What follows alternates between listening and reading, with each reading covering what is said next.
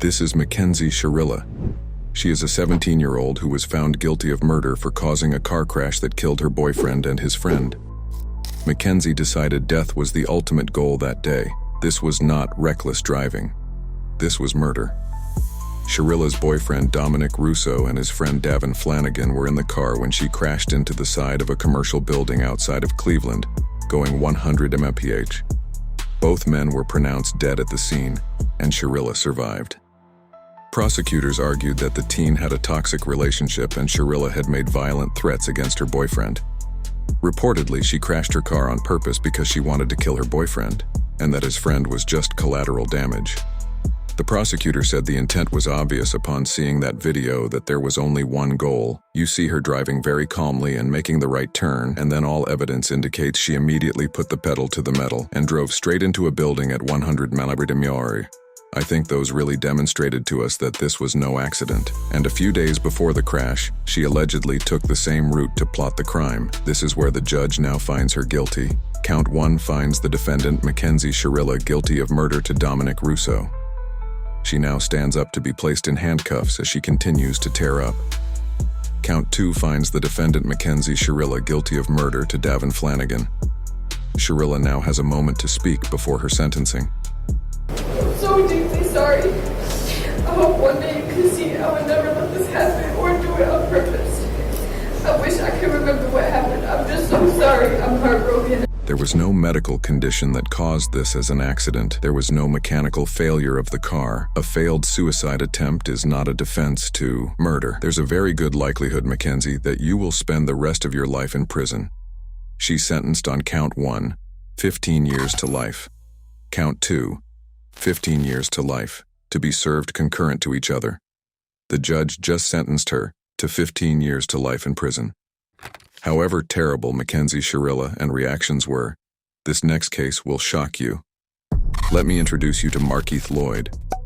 Markeith Lloyd, who's facing charges of murder in Florida, claimed, "They framed me." Lloyd, who was already serving a life sentence for killing Sade Dixon, his pregnant ex-girlfriend, was on the run for her murder when a shopper at a Walmart spotted him on January 9, 2017. Lieutenant Deborah Clayton walked in the door at 6:45 on the dot, and 15 minutes later you saw Lieutenant Deborah Clayton walk in. They both began shopping, crossing paths a couple of times, unsuspecting of what would come. Lieutenant Deborah Clayton tried to stop him, but Lloyd shot and killed her during a shootout outside the store. After the shooting, Lloyd went on the run, and the authorities found him 9 days later. Lloyd didn't give up easily and lost his eye in an altercation with the police. Lloyd also claimed to have suffered brain damage when officers beat and kicked him during a manhunt. Clayton's killer, Lloyd's sentencing hearing, was delayed due to concerns about his mental health. During the trial, he claimed to have fired at Clayton in self-defense and that he was insane at the time. However, the judge ruled him competent to continue with the sentencing hearing. As if his crimes were not horrendous enough, Lloyd's behavior in court will shock you even more. "Mr. Lloyd, watch your tone and the way you speak," the judge warned. During the trial,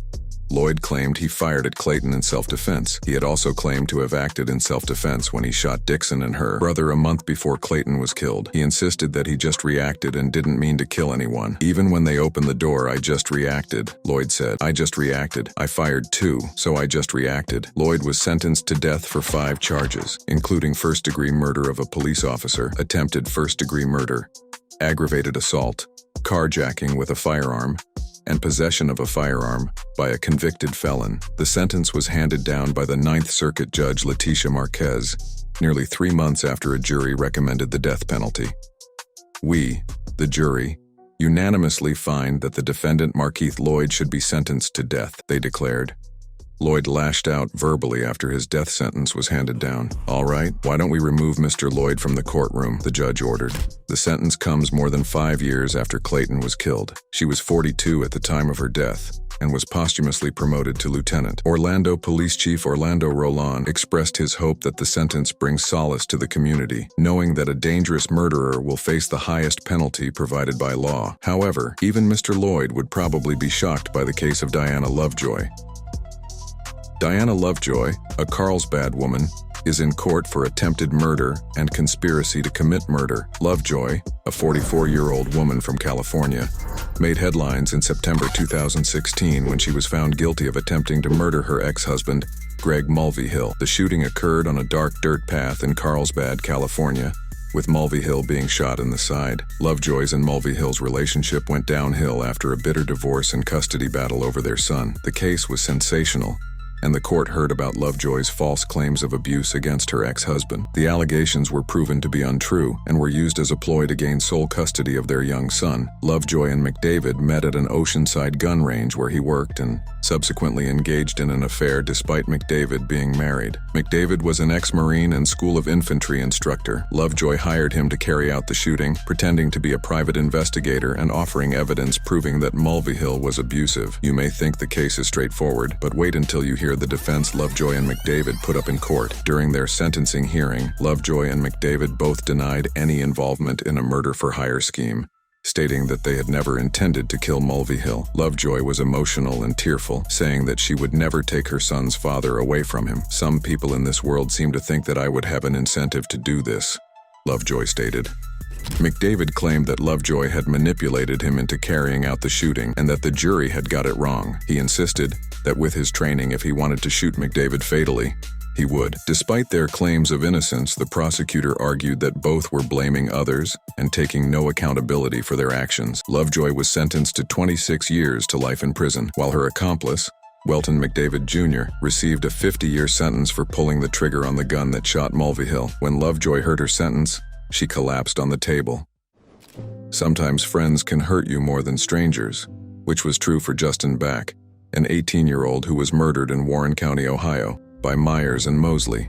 Back and Myers had been friends since childhood and even attended the same middle school. Back graduated from Waynesville High School in 2013 and was planning on serving his country by joining the Navy, but such plans were cut short. It was unclear what Myers needed money for, but he convinced Mosley to rob a safe in Back's family home. Unknown to Myers, the safe contained only $70. Myers and Mosley started preparing for the theft, and Myers suggested that they should kill Back. Myers bought a steel cable he intended to use as a garrote or choke wire, thinking it would create no mess and be an easier job to handle. Obviously, Justin was trying to put up a fight and he wasn't overpowering them. Myers also purchased septic chemicals he believed would help decompose the body. The plan was to steal the safe, kidnap Back, kill him, and remove all traces of him so that it would seem like he stole the safe and ran away from home. On January 28, 2014, D-Day, both criminals went to Back's house, knocked, and were let in by Back. They waited for Back to get distracted and then attacked. Their plan to strangle him didn't go as intended and a struggle ensued. Amidst the chaos, Mosley stabbed Back from behind, giving an advantage to Myers, who then finished Back off. The 18-year-old Back was stabbed by his friend and his accomplice 21 times.